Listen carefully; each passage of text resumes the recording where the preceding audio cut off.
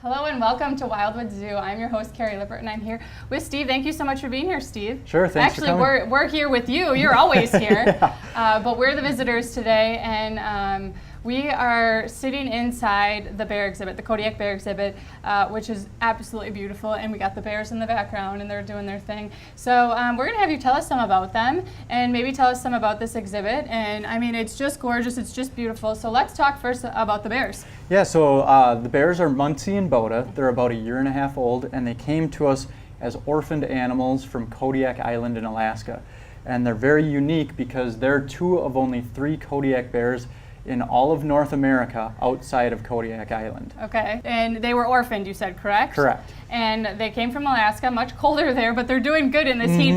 They were swimming before in the water, so they're staying cool. Tell us about the process of how they came to be ours. We filled out basically adoption paperwork. So if something should happen, if an animal would be injured or if cubs would be orphaned, we were pre-approved to accept animals if something like that would happen. And then it was just kind of a series of unfortunate but fortunate events that just all lined up where these bears were looking for a home just about the same time that we were completing this brand new state-of-the-art bear exhibit.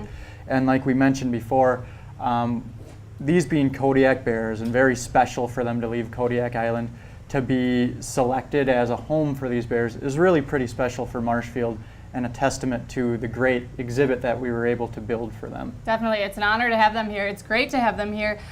Do you know how they were abandoned? Do you know what happened to their mother and what kind of happened that led them to be orphaned? Yeah, so their mother was accidentally shot by an unguided hunter. So in Alaska, residents don't have to have bear guides when they're hunting. Non-residents do. The idea there is that residents are better able to identify sows versus boars and mothers with cubs, that sort of thing. So the hunter failed to identify that this was a mother bear with cubs. And a neighboring hunting party led by guides basically, I guess, found out that this mother was shot, reported it to the Fish and Game Department, and then the ball started rolling there to actually rescue them out of the den. They were brought back to that hunting guide's cabin for the night before they were flown off the island and kept at the Alaska Zoo for the summer until our exhibit was finished here. So they have been all over. I mean, they are well-traveled bears, and I remember when we were in talks to get them, they were so tiny. How little were they when they first? They were 8 and 10 pounds, between 8 and 10 pounds when they were rescued. And I think it bears mentioning that though the mother was shot accidentally by a hunter, it was also hunters that saved these animals. Yes. And actually the hunter that gave up his guided bear hunt to go in and rescue these bears, he was the one that got to crawl into the den and actually pull these guys out. So a pretty special experience for him too. Yes, definitely very cool. And we were talking before, they are how old now? They're about 1.5 years old, so they celebrated their first birthday in February. Okay, so they're about 1.5 years, and they've grown. But how big are they set to get? You said they grow until they're about 5 years old? Yeah. They're still growing? They're like skeletal structure will keep growing until they're 5 or 6. And then they'll continue to slowly gain weight, just being in a zoo environment and just normal aging, gaining weight as we age. They're about 400 pounds right now. The average Kodiak bear in the wild, females around 700 pounds, males about 1,300 pounds. Males in the wild can grow up to like 1,600 pounds, and in captivity they can go over 2,000 pounds. So these guys are going to get huge. They can stand about 10 to 12 feet tall on their hind legs. So they're the largest subspecies of brown bears and the largest subspecies of bears in the world, really. That is absolutely crazy. Now, you mentioned the subspecies of bears. Quickly, I want you to just kind of clear up the air. I asked you before about Miss Grizz. Miss Grizz was a grizzly bear, and then there's brown bears and there's Kodiak bears. So they're not all the same species, as you said. They're kind of cousins, should we say?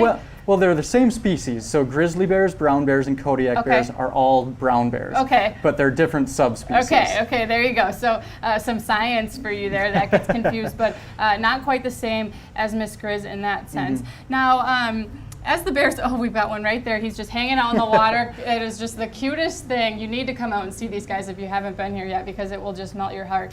Now, they're very attached to each other, aren't they? You said as they've grown up, they've gotten a little more independent, but and you said one of them is a little more dominant than the other, correct? Yeah, so Boda is the more dominant personality, a little bit more outgoing, maybe a little bit more aggressive around feeding times and things like that.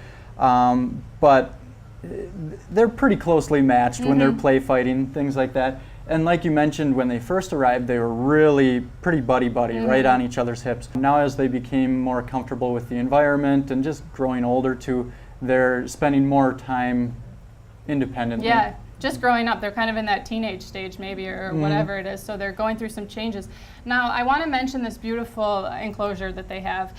We had Miss Grizz for a long time, and she had a much smaller enclosure, and we have this beautiful space now. And not only does it have more space here, but it's easier for people to see. And then it has this awesome bridge that goes over to the Bear Woods. Yes. The Bear Woods. Tell us about the Bear Woods. Yeah, so the Bear Woods is almost a full acre of just totally natural space. So like you mentioned, we connected this primary exhibit that we're sitting in front of to the Bear Woods. With that bridge that's very unique, probably the only Kodiak bear bridge in the world. So yeah, when we started building this new exhibit, we knew that we wanted to give the bears more space and more natural space, just to let bears be bears.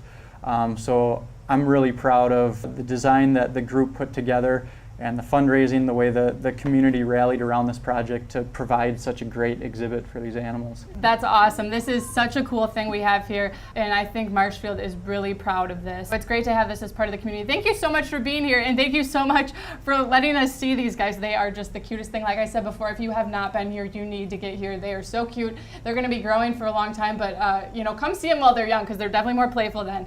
So thank you so much for being here. We'll see you next time.